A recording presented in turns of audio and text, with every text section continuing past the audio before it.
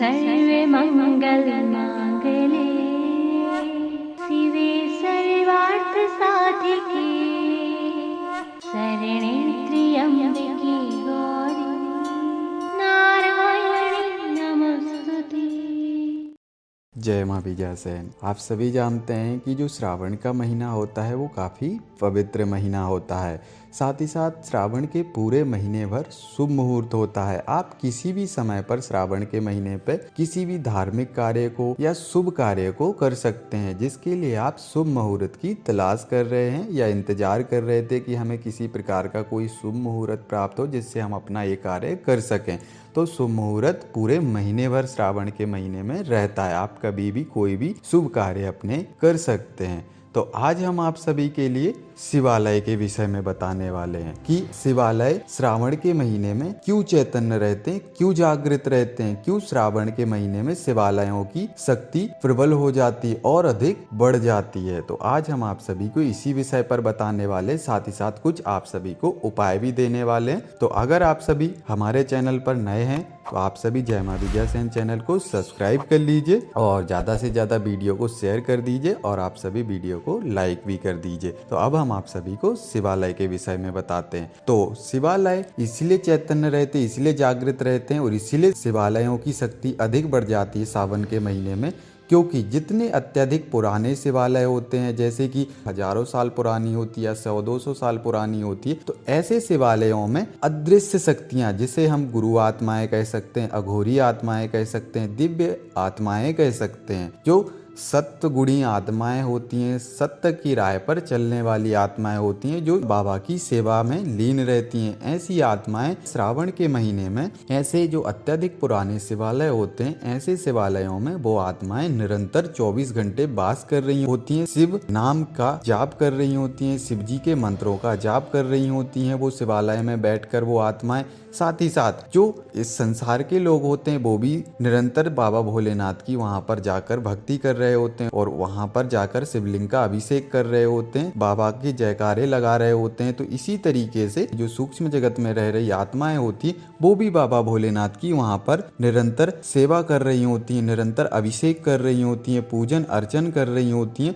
तो वहां पर 24 घंटे अदृश्य शक्तियों का, जो बड़े बड़े लेवल की जो शक्तियां होती हैं, दिव्य संत महात्मा होते हैं, वो वहां पर वास कर रहे होते हैं। इसीलिए वहां का जो पॉजिटिविटी होती है वो पॉजिटिविटी बढ़ जाती है, वहाँ का जो वातावरण होता है और अधिक चैतन्य हो जाता है। क्योंकि बाबा भोलेनाथ की महिमा जहाँ पर हो तो वहाँ पर तो पॉजिटिविटी की दर पहले से ही बड़ी होती है, लेकिन जब बड़े बड़े संत महात्मा वहाँ पर पधार जाते हैं, बड़े बड़े संत महात्माओं की आत्माएं वहाँ पर पधार जाती हैं बाबा की भक्ति करने के लिए, तो आप सभी को पता है कि जो सच्चा संत होता है या ईश्वर का जो सच्चा भक्त होता है, ईश्वर हमेशा कहता है कि हमारी उतनी पवित्रता नहीं है या हमारी उतनी शक्ति नहीं है जितना कि हमारे सच्चे भक्त की शक्ति होती है। तो अगर कोई सच्चा भक्त वहां पर रहता है, जो शिवलिंग की पूजन अर्चन करने के लिए वहां पर पधारा होता है या फिर वहां पर आया होता है बाबा की सेवा करने के लिए, तो उसकी शक्ति से बाबा की और शक्ति बढ़ जाती। क्योंकि हमेशा जो महाशक्तियां होती हैं वो यही कहती हैं कि हमारे भक्त से हमारी शक्ति बढ़ती है। उनके पास तो अनंतों गुणा, जिसकी हम कोई कल्पना नहीं कर सकते, उनके पास तो अपार शक्ति है, लेकिन हमेशा ईश्वर अपने भक्त से स्वयं को छोटा बताता है। तो इसीलिए शिवलिंग की शक्ति तो अनंतों है और शिवलिंग की शक्ति के विषय में हम आप सभी को ज्यादा कुछ नहीं बता सकते क्योंकि वो निशब्द है। बाबा भोलेनाथ की शक्ति तो चराचर जगत में फैली हुई है, ये सारा संसार ही बाबा भोलेनाथ की शक्ति से चल रहा है। तो यही सब कारण होते हैं कि श्रावण के महीने में जो शिवालय होते हैं वो अधिक चैतन्य हो जाते, जागृत हो जाते हैं, क्योंकि निरंतर वहाँ पर दिव्य आत्माएं, गुरु आत्माएं, अघोरी आत्माएं या संत महात्माओं और बाबा के गणों का वास होता है शिवालय में और निरंतर शिवलिंग की वो लोग पूजन कर रहे होते हैं, अर्चन कर रहे होते हैं। वहाँ पर शिव धुन का जाप चल रहा होता है, बाबा के मंत्रों का जाप चल रहा होता है, हमारे जो इस दुनिया के लोग हैं उनके द्वारा भी चल रहा होता है। साथ ही साथ वहाँ पर अदृश्य शक्तियों का भी वास होता है जो निरंतर वहाँ पर भक्ति कर रही होती, बाबा की सेवा कर रही होती, जिस कारण से वहाँ पर जो वातावरण होता है वो अधिक मात्रा में पवित्र हो जाता है और वहाँ की जो शक्ति होती है वो अधिक पावरफुल होकर वहाँ पर कार्य करने लग जाती। तो ऐसे समयों पर हमारे लिए क्या क्या उपाय करने चाहिए वो आज आज हम आप सभी को उपाय बता देते हैं। बाकी आप सभी समझ गए होंगे कि श्रावण के महीने में क्यों बाबा की शक्ति पावरफुल हो जाती, क्यों अत्यधिक शिवालय जागृत हो जाते, चैतन्य हो जाते हैं, वहाँ की जो पॉजिटिविटी की दर है वो क्यों बढ़ जाती है। तो आप सभी बखूबी समझ गए होंगे। तो अब हम आप सभी को बताते हैं कि श्रावण के महीने में हमें क्या करना चाहिए जिससे हमारे जीवन में सब कुछ अच्छा हो सके। तो करना क्या है आप सभी को कि जो व्यक्ति अत्यधिक बीमार रहते हैं, अत्यधिक बीमारियों से ग्रसित रहते हैं, उनके जीवन में कहीं ना कहीं बीमारियों ने उनको घेर रखा है, उनका पूरा शरीर बीमारियों से भरा पड़ा है, ऐसे लोगों के लिए करना क्या चाहिए, ऐसे शिवालय में जो थोड़ा पुराना हो, 100-200 साल, 300 साल या 1000 साल पुराना कोई शिवालय है जिसमें ज़्यादा भीड़ ना पड़ती हो। देख लीजिए आप लोग, अगर भीड़ पड़ती तो ऐसा तो है नहीं कि दिन भर ही भीड़ पड़ती ही रहती होगी, थोड़ा सा तो प्रांगण में कहीं जगह होगी मंदिर के जहाँ पर आपको बैठने के लिए स्थान मिल जाएगा। सबसे पहले जाने के बाद आप शिवलिंग के पास जाइए। शिवलिंग के पास जाने के बाद पंचामृत से बाबा भोलेनाथ के शिवलिंग का स्नान करा लीजिए, बाबा की अच्छे भाव भक्ति से सेवा कर लीजिए। उसके बाद आप कोई स्थान चुन लीजिए, कहीं भी प्रांगण में, कहीं भी मंदिर के कहीं एक जगह पर स्थान चुन लीजिए, थोड़ा ऐसा कि बैठने के लिए जगह भर आपको मिल जाए। वहां पर बैठने के बाद आप सभी करिए क्या, 11 दिन का आप नियम बना लीजिए कि 11 दिन भले आपके घर से 100 किलोमीटर 50 किलोमीटर दूर हो, 10 किलोमीटर जितने भी दूर हो शिवालय, उससे मतलब मत रखिए।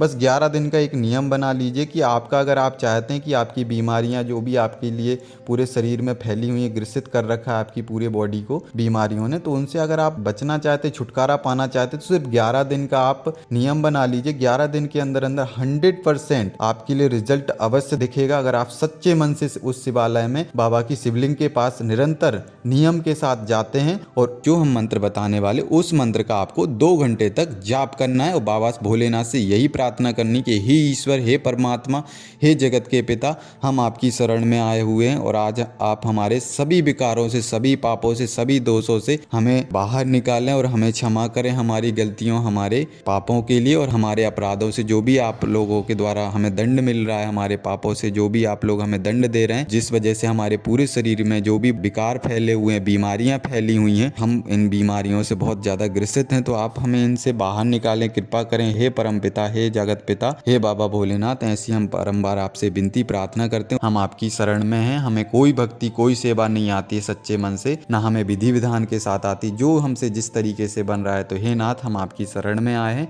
तो इस सेवा को स्वीकार करें और हम 11 दिन तक आपके शिवालय में आकर ही 2 घंटे तक बिना कोई माला के, बिना कोई विधि विधान के, हम तो सिर्फ 2 घंटे बैठकर आपके दरबार में लघु मृत्युंजय मंत्र ओम जूम सा, इस मंत्र का जाप करके आपको सुना रहे हैं। तो हे देवादिदेव महादेव, आप हमारी सभी प्रकार की बीमारियों से हमें छुटकारा दिलाएं और हमारे ऊपर कृपा करें और हमें इन बीमारियों से बाहर निकालें। बाबा, हमारे सभी पापों के लिए हमें क्षमा करें। तो जो भी व्यक्ति सच्चे मन से शिवालय में जाकर जो प्रार्थना हमने बोली हुई, उस तरीके से प्रार्थना लगाकर और जो ओम जूम सा मंत्र बोला हुआ है आप सभी के लिए, उस मंत्र का 2 घंटे तक जो भी व्यक्ति जाप करेगा, 11 दिन तक निश्चित समय पर और निश्चित स्थान पर बैठकर, स्थान भी अगर निश्चित नहीं है तो चलेगा, लेकिन निश्चित समय होना चाहिए और उसी शिवालय में जाना है, बार बार शिवालय परिवर्तन नहीं करना है। उसी शिवालय में जाकर उसी शिवलिंग का पूजन अर्चन करके पंचामृत से स्नान करा के और बैठकर 2 घंटे निरंतर बाबा के लिए ओम जूम सा जाप करके सुनाइए 11 दिन तक। आप सभी को याद रखना और श्रावण के महीने में ही ये जाप आपका पूर्ण हो जाना चाहिए। अभी काफी समय है